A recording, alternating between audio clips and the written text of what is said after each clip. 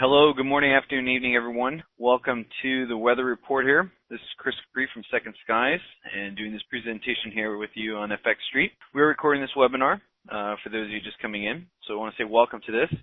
This whole class dedicated to a particular methodology to trading, and that is called the Ichimoku Cloud. Some people refer to it as an indicator. I like to refer to it as a method for trading the markets. It's constantly finding all kinds of applications, not just in the currency market, but option traders are starting to fall in love with it. I was recently working with a couple institutional investors on it. Someone at Safeguard Financial, they manage about $1 billion, and they wanted me to help them with use this model for their portfolio. Also, K Investments trades primarily ETFs and NOLO mutual funds, and again, same thing. So the application in Ichimoku Cloud, even though today's focus is for currency trading, this is a methodology that can be applied to multiple instruments. I really haven't found too many instruments that it can't be applied to. It is a method that's solely focused on trend trading or picking up trends on multiple time compressions, whether it's the 30-minute chart or the daily or weekly chart.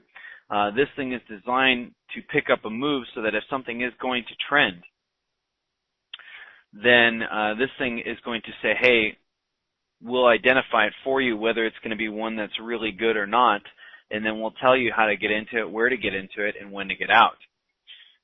It's really only interested in moves that are going to move in one particular direction, where there is a disequilibrium in order flow, and that something that has value which is changing either to the upside or to the downside, not something that has a stable value. So it's looking for something that is going to move, trending type moves. And that's the focus of this method, and that's what we're going to be talking about today. Before we get into some of the juicy details and some of the applications of it, we are going to be, I just want to lay this out there, that I'm pretty friendly as a whole.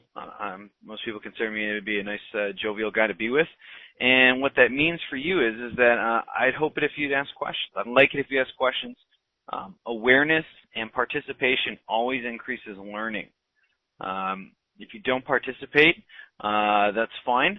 But if you have questions, something comes up in your mind, don't hesitate to ask. Especially for those of you who are new, this is a very open forum. It's a very warm group. I've taught webinars at many different sites, and out of all the different sites I've taught at, the people here at FX Street probably offer the most communal environment, and it makes it much, I think, more enjoyable for learning because everybody participates. So with that being said, if something pops up in your mind, feel free to come up and just ask a question at any point in time. There are no dumb questions, there are no idiot questions or anything like that. They're just questions. And we're all in a learning process here. I'm still in a learning process with this thing, ever evolving. So I'm sure to some people I might ask questions that, they might think are not too, too sharp or diverse or anything like that. So there are people who are, experts at this, have been doing this for 30, 40 years. And some of my questions to them may seem quite puerile. So if you are new, please let me know. I'd just like to know who's new here, and so I can tailor everything to make sure that the new people don't feel lost. Bill Chimes saying he's new to the cloud and would like to know how to apply it into your MetaTrader platform. Okay, we're going to get into that for sure, Bill. It's actually an indicator that's already available, if I'm correct. Let me look at it on my other computer here. It's not in the trend. They put it in a weird category. They put it, mine, I have it under the Alpari UK platform, and somewhere on the oscillators, this one's in the customs. So, yeah, Wolf is saying, look in the oscillators. I found it actually in 3 different kinds, depending on which station you're using. Some people put it in the oscillators. Mine is not in the oscillators for the Alpari UK. Actually, it is in there. I'll be darned. So there it is in the oscillators. It's also in my custom for some reason too, which is even more interesting. So fantastic. You're using the same one, so you should find it in your oscillators, and then you can apply it there. For those of you that aren't trading via MT4, then it's going to just depend on whether your broker platform has it or not. My platform has it. It's incredibly enjoyable to work with. I love this trading platform. incredibly customizable and everything. So it just depends on whether, if you have some additional platform, whether it has or not. But most platforms have it or are starting to get it. Okay, so real briefly, I want to go over just some of the basic components for those of you who are new, and then we're going to launch into today's lesson, so to say. All right, so we're looking at the pound to US dollar. And let me delete some indicators here just so we have a clean Ichimoku chart. Okay, so this right here, this whole montage that we have going here, this is the Ichimoku Cloud. Now, there's one thing missing and there's one imposter. The thing that's missing is called the Chiku span. In fact, I can show you what that looks like. And there it is. It's this little purple line that's kind of shadowing. It's a little bit further back. I personally do not use it nor enjoy it. I know there's some traditional Ichimoku traders that say it's essential, and some people actually use it for the signals. And I say, fantastic. If it works for you, great. But the thing is that I've found that the information that it's presenting is something that I can get anywhere, that I can get just by visually looking at the chart. What is the Chiku span designed to do? It's a line that mirrors the exact movements of price action, but it's shot 26 time periods back. The main theory of what it was designed for was that it was designed to represent another layer of support and resistance, or how could I say, not support and resistance, but exclusivity in terms of the strength of a particular signal. So if this line back here had no price action above it, then it was considered the line of least resistance would be the upside. So if you got an upward buy signal, it would add further strength to it. However, if there was previous price action above it, then it was suggesting that there would be resistance lying ahead, and that would weaken the signal just a little bit. To me, I can see that information visually, so I say goodbye. I like my charts to be as clean as possible, and so there we go. Now, the imposter is this blue line. This imposter is something that I've pretty much have on every single chart that I use. Doesn't matter what time compression that I'm using. Whether it's a 1 minute up to a weekly chart, I have this thing in here, and this is a 20 EMA. Out of all the EMAs I found this one to be the price action to be more responsive to this EMA more than anything else, regardless of time frame. And I found it to be the most valuable in terms of giving me information on both sides of the market for the shorter term information and for the medium term, longer term information as well. So the rest of these things here, let's talk about them real briefly. Let's identify them, and then let's move forward in terms of the content that we want to cover for today. So this right here is the Kumo. This is the cloud. It's really created by two values. This white line here is what we call Senku Span A. Senku Span A merely just takes these two lines, this red line, and I'll zoom in for you, takes this red line, this white line, divides it in half, shoots it 26 time periods ahead, and that's Senku Span A. Senku Span B takes which is this blue line here, takes the last 52 candles. And so this is a 30-minute chart, so that would virtually be a day's worth of price action. So here we are, it's about 7 a.m. California time. So right about here would be 7 a.m. So take these last 52 candles, it takes the high and the low, and then what it does is it divides that region in half and shoots that 26 time periods ahead. Maybe I'm off by a candle. Something like that. There we go. So as you can see, it creates this 50% Fibonacci, which is an evolving Fibonacci on it. And so there's some elegance and some beauty in that, because you got to remember, the person who invented this, Goichi Osada, he was a journalist. He wasn't a mathematician or a scientist or anything like that. He was a journalist by trade. He was more artistic than scientific in nature. And so when you're looking at the Ichimoku Cloud, you can't necessarily think of it as like a purely scientific rule-based method per se. It has artistic components. It has dynamic forms of support and resistance, not static. Static would be pivot points or Fibonacci levels, retracement levels, for a fixed period of time or a fixed move. This one is constantly evolving its Fibonacci. And this cloud, this Kumo, was designed to represent support and resistance, evolving support and resistance. Evolving in relationship to what? Price action. So price action is really the thing that kind of mirrors order flow. It's the thing that represents. It's the how could I say, the movie image of order flow. And so because it's always changing, because it's always evolving, Goichi Hosada thought that it would be more sensitive and particular to have evolving supports and resistance levels, aka the Kumo and the Cloud.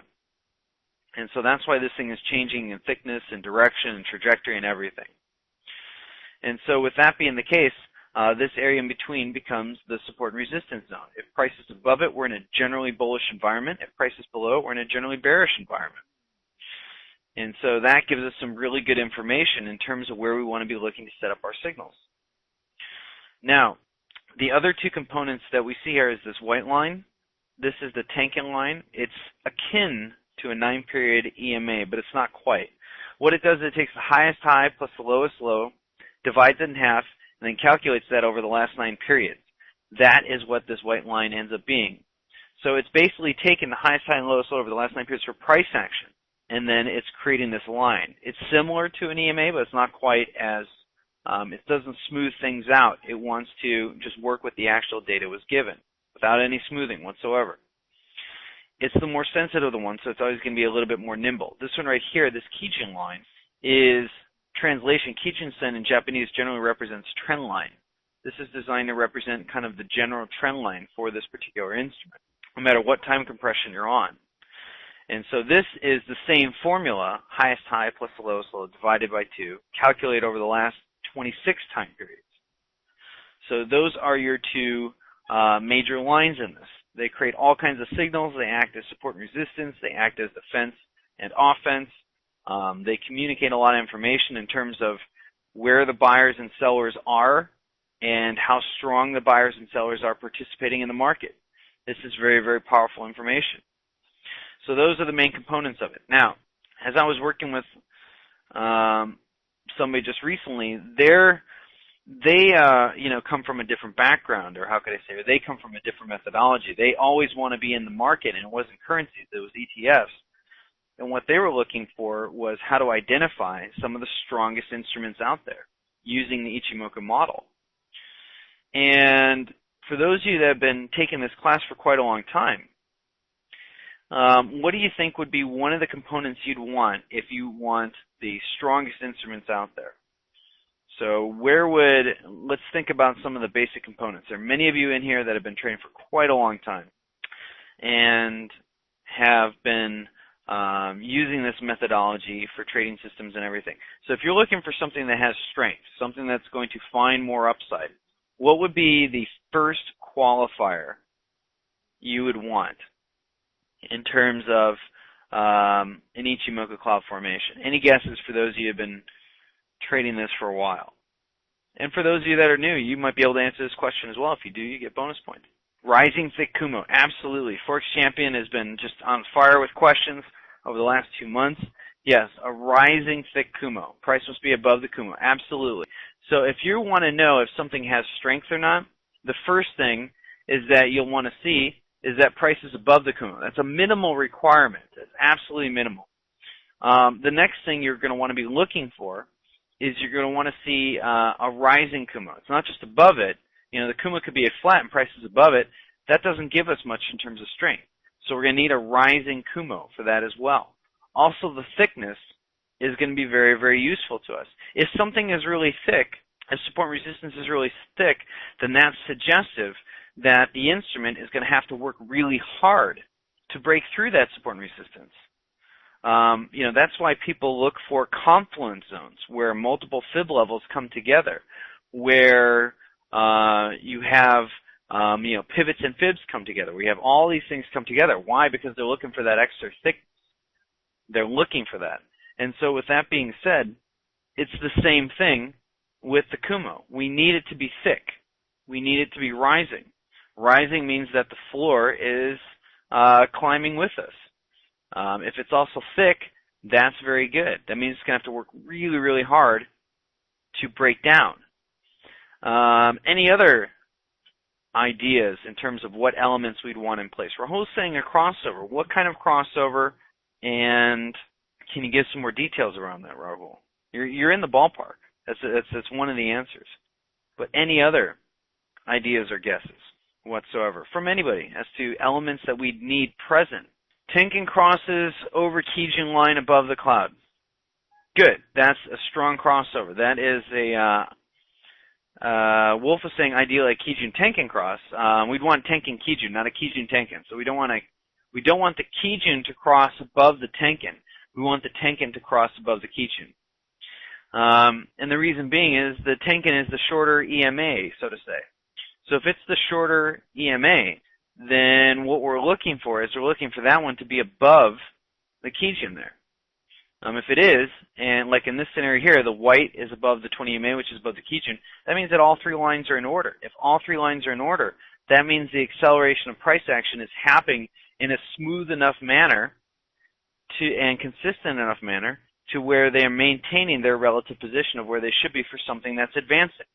So, Forex Champion also talked about, she referenced not just the type of crossover, Tenkin over the Kijun, but she also referenced something very important, which is that it's above the cloud. The crossover is above the cloud. And that is what we have right over here. So this little move right over here comes below it, then comes above it, and crosses above it. That is above the cloud. It's giving us a bullish signal, very much like the MACD does. It's giving us a bullish crossover signal above the cloud. Translation, above support and resistance. So anytime you get some sort of move where price action is giving you a signal above support and resistance, that's very good. If it gives it below, that's not very good. That means we have to wait till we clear those hurdles. We clear those obstacles out, that order flow that might be residing there at that support or resistance level before we can do it. This one gave a very elegant signal, very beautiful signal with a thick rising cloud ahead of it. This was a textbook buy signal on the pound US dollar. And it gave that signal, crossover is right around this region here. In fact, let me check just to verify.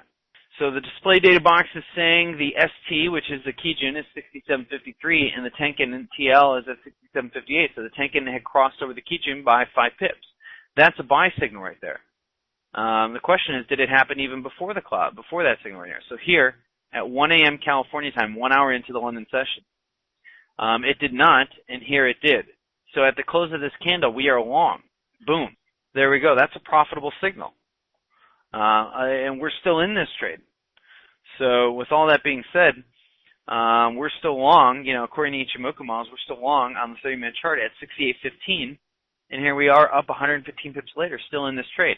Actually, technically, we would not be in this trade anymore. We would have had our exit signal. But these Tenkin Kijun crosses, anytime you get these types of crosses above the cloud with this type of cloud formation, they generally indicate very strong signals. And so we want to take advantage of those. Now, the time compressions that I generally prefer to use this on, let's talk about that. For intraday trading, I generally prefer 30 minutes and above. If price action is really constrictive, as it has been for a little bit now, I'm open to doing it on the 15-minute, but the thing about it is that you have to be very good at isolating Tenkin Kijun crossover signals on just all time frames. If you're not good at doing that, I wouldn't recommend using that. You'll have to be not only very nimble, but you have to be very clever in picking up all the clues. And if you are not sure about your skills in terms of picking up the best of the Tenkin Kijun crossovers, then I'd recommend caution on that one. I'd recommend having very small position sizes and working your way into it. But for anyone else, 30-minute, 1-hour time frames can be very, very useful at picking up those signals. Those are my preferred intraday time frames, and if I had to choose, 30-minute would be the one. On top of it, in terms of other time frames, I like 4-hour a lot. It's a really good for swing trading signals. However, with the Ichimoku Cloud, once you get into these larger time frames, if the move is going to run, if it's going to run, not just hit your first target and then come back and hit your break-even stop, but if the move is going to run, on average, you're going to be in that signal for about 6 candles. So with that being the case, since you're going to be in that signal for about 6 candles, on a 4-hour chart, that translates to a minimum of 24 hours. So you have to be prepared for that. Whether it's a 30-minute, 1-hour chart, doesn't matter. If the thing is going to run beyond your first target, and it's going to run for a long move, expect to be in that trade for about 6 candles, nothing less. So 6 candles, 6 bars, 6 whatever. And so you have to translate that, and you're going to have to factor that into whether you are comfortable being in a position that much or that long. 4-hour time frame can be very, very powerful. Some of the moves can be quite huge. Some of the stops can be a little bit bigger than usual, so you're going to have to factor that in by reducing position size. So, and then for daily chart, if you get a signal on the daily chart, I'd expect nothing less. It's the same thing. If it's going to run, I would expect to be in that trade nothing less than 6 days. However, the trades on the daily charts that come out, the smaller ones are around 300-400 pips, and I've seen trades on the daily chart that went 1,400 pips. So it can, when it produces trades on the daily chart, it can produce massive signals. Very, very powerful. Okay, so now with all that being said, we talked about identifying strength. Abel has a question. Let's see. And Forex Champion has a question. Price preferably above the 20 max is a good qualifier. Yes. I'd be willing to bet that if you go ahead and analyze all of your losing trades that you've had over, say, the last month, and then and of course, you know, you want to check out what time frame you're looking at. But let's say you were making all your signals on the 5-minute or the 15-minute or whatever. If you were to check all those losing trades and find out where price was in relationship to the 20 EMA, you'll often find that the greater amount of your losing trades will be trading against the 20 EMA. And what do I mean by that? Well, price currently is below the 20 EMA. So buying while you're below the 20 EMA would be against the 20 EMA. Generally, when you trade in harmony with the direction of the 20 EMA, your profitability will mean that, or your profitability will generally go up. Most of the time when I have a losing trade, it's against the 20 EMA on whatever time compression I'm using. So I generally like to trade only in the direction of the 20 EMA unless I have other mitigating factors that are going to really assuage, you know, the chances of it being affected by that 20 EMA. Because remember, the 20 EMA is going to also act as resistance support. It's going to allow things to change in direction. Very, very powerful information with the 20 EMA. So try not to trade against it and then see if your profitability increases. Okay, Abel has a question. How do you use the 20 EMA? I could answer that question in that it kind of goes outside of the scope of this class. I could spend a whole class talking about the 20 EMA and how to use it. I have actual systems that are based upon the 20 EMA. So with all that being said, I could answer that, but it would be outside of the focus of this class. I'd like to table that for another time, another place. So, but it's a very good question, something we'll want to address at some point in time. Take profit. Hopefully that's something we're all doing all the time. What does it mean when price enters the cloud like it just did? Generally, when price enters the cloud, on whatever time compression you're looking at, it means several things. One, and this is a very good question. One, it means that price is now starting to penetrate into, in this case, since price is generally above the cloud, it's starting to penetrate into the support levels, which means that some weakness may be entering this particular instrument. So, you know, it's been moving sideways in this kind of redistribution zone, this choppy zone here, for a little bit, but it really hasn't been able to make any new headway to the upside. In fact, one of my favorite tools is if you have a range of some sort, find the distance of the range, it's about 100 pips apart, and then put a line right in the middle of that, and then use that to determine where is price spending more of its time. Price is spending more of its time on the lower half of this range here, which means that it's, even though there is there's more value for this period of time being found between 6950 and 6900 than it is up here. If people were finding more, if the institutional traders were finding more value here, then there would be more orders being placed around here. There'd be more price action around here, but that's not what we're seeing. So it's suggesting that while it's in this consolidation, there is some weakness. Does that mean the signal is going to break down? Not necessarily. I mean, the moving average is relatively flat. We still have a lot of support to chew through before it wants to, really consider itself in bearish mode. There's a lot it's going to have to do before it really unwinds this. But there's been a tremendous amount of strength for the last few days, and it's going to have to work to unwind all that strength. The buyers still have relative control of the market. So when it enters that, it means that there's some weakness entering the pair as it's penetrating into the support level. That's one of the things it means. The other thing that it means generally is that this is anytime you're inside the cloud, if this is the main time frame that you like to approach, this pair, this instrument, if this is the main time frame, you like to trade off the 30-minute chart, because it meets your time horizons that you want to be in and out of a trade, the signals that it gives, everything. If it all matches up, then when price enters the cloud, that generally means you're in a no-trade zone. Trading inside the cloud generally is a no-trade zone. If you're going to trade on that time compression. Now, if you are, generally trading off of a 4-hour chart, you're looking for some sort of swing move on this thing that's going to hold for anywhere from, 1 to 6 days, maybe even longer, then the 30-minute time frame is not going to have any relevancy in terms of what you're trying to do with it. You always want to look at the cloud in relationship to the time frame or time compression that you are working with. Therefore, it won't do you any good necessarily to say, hey, yeah, it looks great on the 30-minute chart, but on the 1-hour chart it's in the cloud. Should I take the trade? Well, the answer is it doesn't matter what the 1-hour chart is saying. You're trading off the 30-minute chart. Remember, the cloud, particularly Senkou Span B, is taking the last 26 or the last 52 candles. The last 52 candles on a 30-minute chart is 26 hours. It's about a day's worth of price action. However, on a 1-hour chart, the last 52 candles is 52 hours. That's over 2 days worth of price action. 2 days worth of price action is going to have different support and resistance levels than over just the last 24 hours. And they're only going to be relevant in terms of what time frame you're looking to trade.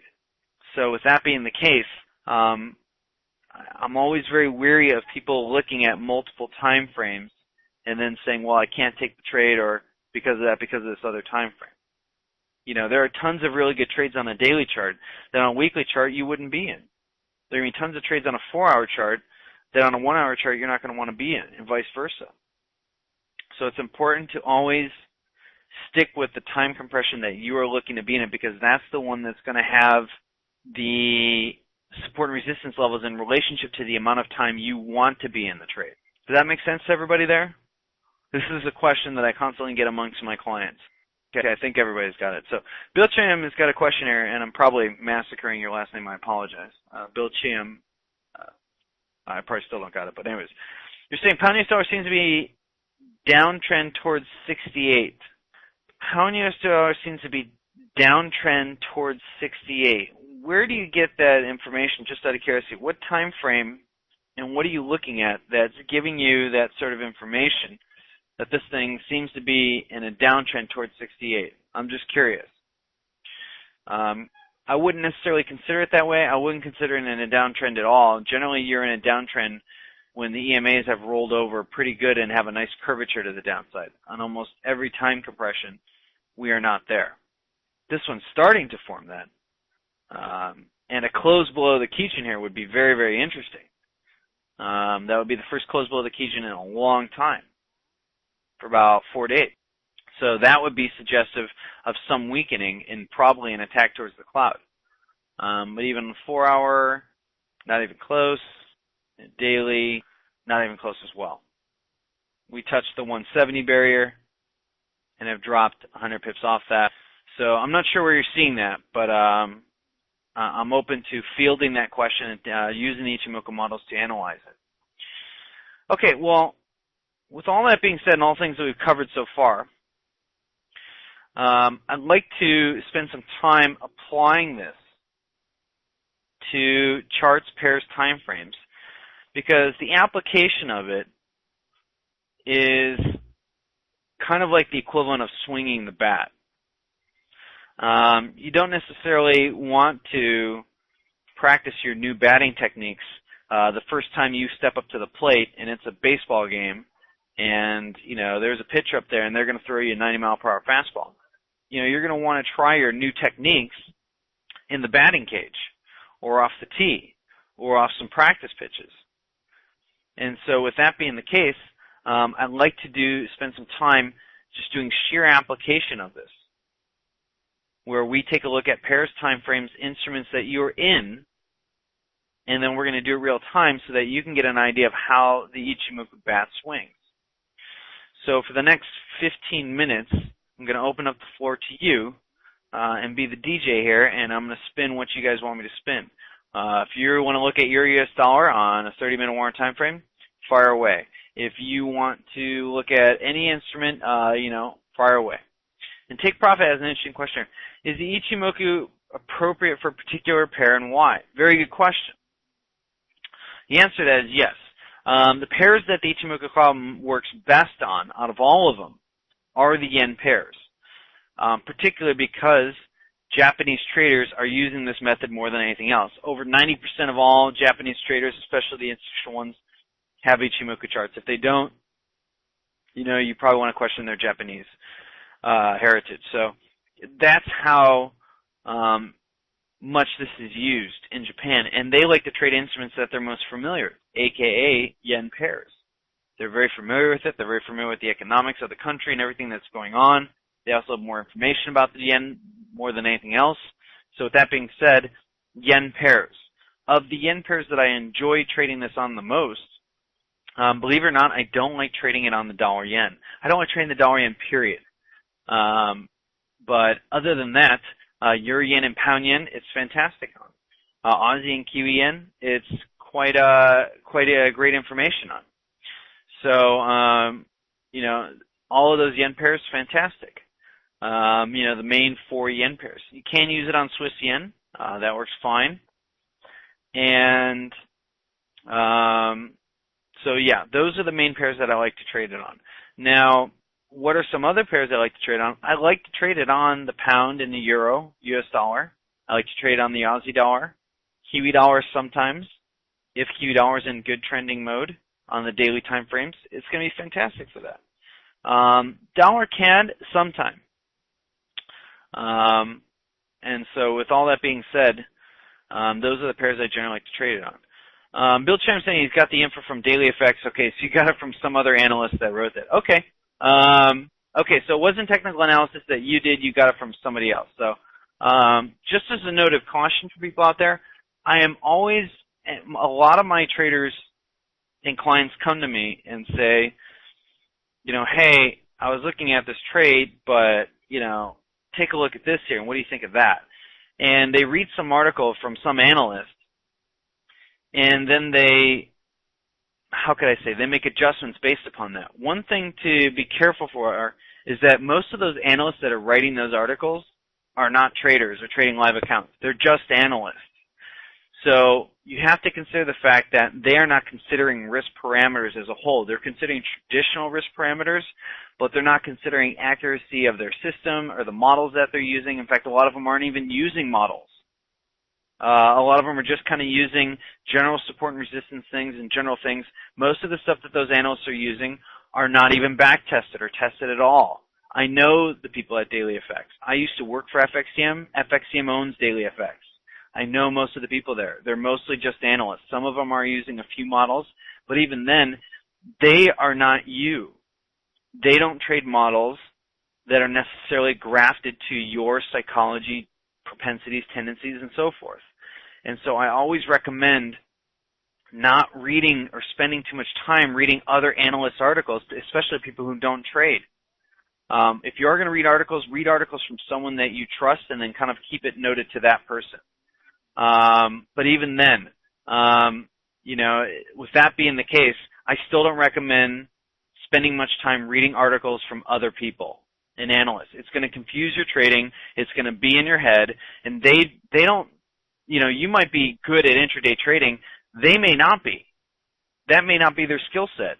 So you're taking advice from somebody that doesn't have a skill set that grafts over to something that's useful for you. It's kind of like you need a trial lawyer and you got somebody who specializes in insurance, or, civil law. You're going to want the lawyer that's best for your situation. And so with that being the case, I'm always very leery, and I always consider a warning about reading analysts and reading their articles and reading all this information. The best thing is to learn how to do it yourself and then build a trading model that fits you, that fits your personality, your style, your mentality, and everything. That's the best way to do it. Because the bottom line is they have no idea what your risk parameters are. They don't even know who you are for the most part. So they're building systems and trades and everything that's based upon risk parameters that may not be even appropriate for you. So with that being the case, I always recommend avoiding following traders and analysts and things like that. It'll end up confusing. It'll end up their words will be in your head. Some part of your intuition might be reading the market and sitting there going, wow, I think this thing's going to go long. And then you're thinking about that article and saying, wait a minute, they said it was going to go short. Should I take the trade? You don't want their voices in your head. You only want your intuition on the market. And eventually, once you learn how to do that and trade this market through, learning and study and mentoring, then eventually you can build a method that's tailored for you. You can get the lawyer that's built for you. You can get the glove that fits you. You can get the shoe that fits you. So that's my recommendation on that as a whole. And that's for everybody out there. So, okay, so moving on. Forex Champion has an interesting question here. If you were to trade only one pair, which one would you choose? Ooh. That is a very good question. Tricky. Wow, I feel like I'm on the spot here, and that's okay. It's hard for me to answer that question, Forex Champion, because I'm not necessarily monogamous when it comes to trading pairs. I am monogamous when it comes to relationships, but I'm not monogamous when it comes to trading pairs. And that's because there are going to be environments where that particular instrument or pair is going to be something that's not worth trading as a whole. And so with that being the case, I will avoid it. But if I had to choose one and one only, it would be a toss-up. It would be a three-way tie between, what are the most common pairs they trade are top three. It would be a three-way tie between the pound dollar, the pound yen, and the dollar CAD. Believe it or not, I do really well in the dollar CAD. I have no idea why.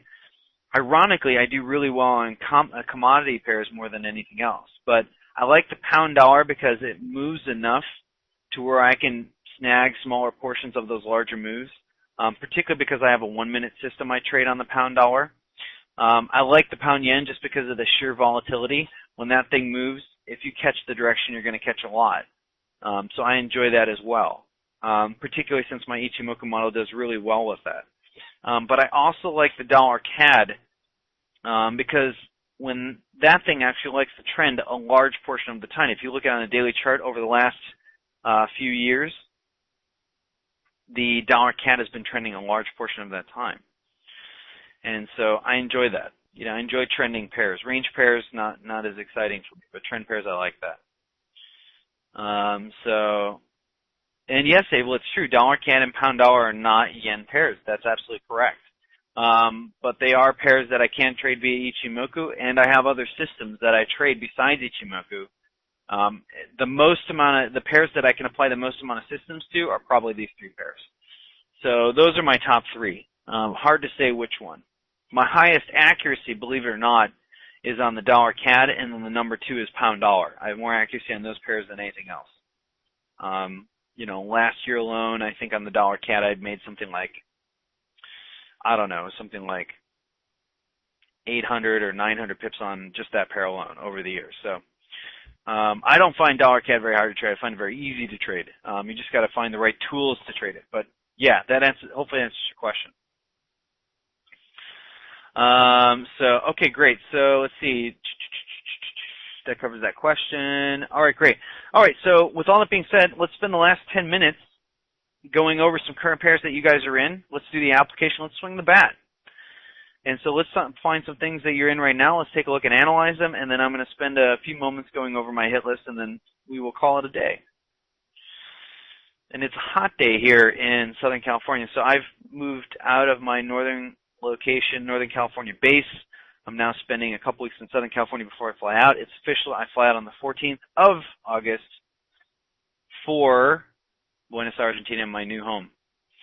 Okay, so first one on the list, Rahul. He was quickest on the draw. He had his hand on the pistole. Can I check the Euro-US dollar? Yes, Rahul. What time frame do you want to look at Euro-US dollar? And then we're going to get to dollar, pound dollar, dollar CAD, euro yen. Okay, great. So 30 minutes. We're in there. Oh, we only got 5 minutes left. We're going to have to breeze through this. Overall, I think the general communication via Ichimoku is that your US dollar is probably going to find some strength. Price action supports this. We didn't have a massive sell-off or anything like that.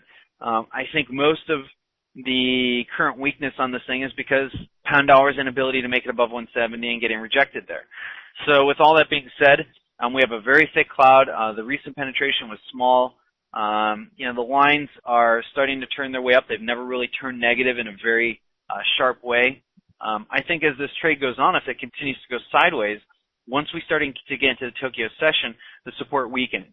But overall, this thing has strength in it right now, and it should continue to exhibit strength. If you see penetrations deep, 80% in the cloud, then it looks like that thing is unwinding just a little bit. Checking with pivots, and I have no idea why my mid pivots aren't there, and I have no idea what's happening there. Oh, I think I understand why. One second here, or maybe not. Okay, there we go. So with that being the case, if it were to break below the M2 pivot, then I think that would be a sign that its strength is done for this move, and it should find its way easily to the S1 pivot. But overall, I see more strength and weakness on the Euro-US dollar. Next one on the list, Pound-US dollar. Pound-US dollar is going to have to make its way below the cloud and below the M2 pivot. I have no idea why I'm missing my daily pivot on that there. Oh, I haven't set that one up. So daily pivot, I think, is right around here. If it breaks below the 6,900 and then breaks below this pivot, then I think your short will have some legs to it. Until that happens, it's got more strength than it does weakness, probably like a 70-30 ratio, so to say. Dollar CAD. Generally, right now, I would not want to be long dollar CAD as a whole. If you are, I hope you're in the 106.50 region, give or take 10 or 15 pips. But I wouldn't want to be, in my opinion, I wouldn't want to be long dollar CAD at these levels. Why? Very simple. Dollar CAD has been in a massive downtrend. It's only had, on average, since 7/13, so since July 13th, we've only had 3 up days, and today might be the 4th out of the last 3 weeks. It generally strings 1 to 2 bullish candles in a row, and then it strings them together with several red. So I think you're going against the trend here. I would consider this high risk. You're long at 106. It's a good region to be long, but I'm not excited about that. Look at where the impulsive moves are. This thing spent 1, 2, 3, 4, 5 candles climbing, and 1 candle erased all that. Several candles climbing, and 1 candle is erasing all that. So I think in my opinion, if we break this, you're going to challenge your lows, and if you break that, I think the thing's going to unwind a lot. That's my opinion on this one here. But it's not my favorite. I'd rather be short than long on this pair. Okay, so I got a few more minutes here, and then we'll wrap it up. Next is Euro Yen, please. What time frame on Euro Yen for KCJ? This is intriguing. Any time frame I don't look at. Overall, I'd rather be long than short. Ideally, I'd like to wait for 1 or 2 red candles before I go long on this one here. You got some stiff resistance coming in the 108.40 to 139 region. However, if you clean that out, then you really only got 140 above you, and then you got some clear skies ahead. So that is the resistance for basically the year, and this upward wedge is increasing. It continues to find higher lows and make its way up. Also, if you look, we've only had 5 the last 20 some odd candles are red. So that means 15 out of 20. That means this thing's being bought up 3 out of every 4 times. I'd rather be buying than selling as a whole. Overall, I like it, but I'd rather wait for a selling day or two before I would go go long this thing here. So that's my analysis on euro yen. And then the last one here, we've already answered dollar CAD. And we'll do pound yen real quick, and then we will close shop. Okay, pound yen, we're at critical resistance levels, so I wouldn't feel confident going long at this level. I'd wait for some sort of pullback, maybe 1 or 2 red candles before I do that. I mean, you got the 161, 162, and 162 and 3/4 barriers right there, which are the yearly highs. Ichimoku Cloud is suggesting it's building, but it's also suggesting that if this thing doesn't make super high ground, if it doesn't clear 165 in the near future, it could find weakness starting in the middle of August. And that's the same reading I was getting on a lot of, the Dow Jones and everything like that. If they don't make significant ground in the near future, that coming up in middle end of August, early fall, we could see some weakness in those instruments, which would also mean weakness in the yen pairs. So they're all kind of in track with each other right now. So after a day or two of selling, then I would be okay with buying. And then shortly after that, I would want to be out of the position because the cloud wouldn't really support this at all. So that's my analysis on pound yen. I got to wrap it up here because we're getting the curtain call from Street. But I will want to talk about one particular pair which I think is interesting. Also, Hardy Stacks has a question. Thanks, Chris. When will you do another webinar on pure price action? I will not be doing any more webinars on pure price action for a while because I am writing a book on price action right now. The book, I've already signed the agreement with Harriman House. They're an excellent publisher to work with. The book is called Price Action and Pivot Points, a Lost Art and a Necessary Weapon for Forex Trading. So it's going to be all on price action pivot points. My program and I have been doing massive amounts of research and getting all kinds of statistical data on pivot points, stuff that's never been published before. So this is all going to be incredibly exciting stuff. So I'm not going to be doing anything on price action because I want to save all the thunder there for the book. So it should be done around early to mid-October. By then, I actually go into my major phase of writing starting the middle of this week. So hopefully that answers your question. So keep an eye on that book. I'll make announcements as it's going to be awesome. So that's pretty much it. I got to wrap it up here. For those of you who have any questions about our services, my services, which starting in mid-August, I'm ramping up my Cloud Night signals to be giving signals basically for all 3 sessions of the day. Going to be super exciting. If you have any questions about our services, check out my website at secondskiesforex.com. Or you can email me directly, info@twoindieskies.com. Any questions about our services? We always love to hear from you. And so until then, I bid you all adieu. It was great having you all here. Thanks, FX Street, for recording this webinar. Let's thank everybody down the horn. PGT, Jocelyn, MC, Snapper, Pipwriter, Kathleen, Swatch, AT Trader, Michael E, JP, C, Abel, Jim Hader, TJ, Jasper, Bill Chime. Good to have you, a new person. Tom D, Trader 4 Cubed. FX Nugget, Deli, Harjil, Tiberius, Jack 1, Rod Obvious, Viv, Solby, Cat, Zool, Wolf, Take Profit, Forex Champion, Revol, Mafami, Hardy Stacks, nice. Dust, Just Took Our Must, Jasper, KCJ, Cat, Win, Splaw, Clay, and Corthon. Thank you all very much for coming. Oh, and you wanted to know about your pound? Watch out, we could be forming a daily sell signal on the euro pound here. So keep an eye on this one. It will have to clear this hurdle, but we could be getting a daily Tenkan Kijun crossover in this one. This is one of my most interesting ones on there. So keep an eye on that one there. Probably take another day or two on that one there. So that's pretty much it. All right, thank you all very much. I hope to hear from you next time on FX Street or on my site. Until then, good luck trading. I'll see you next week. Take care, everyone.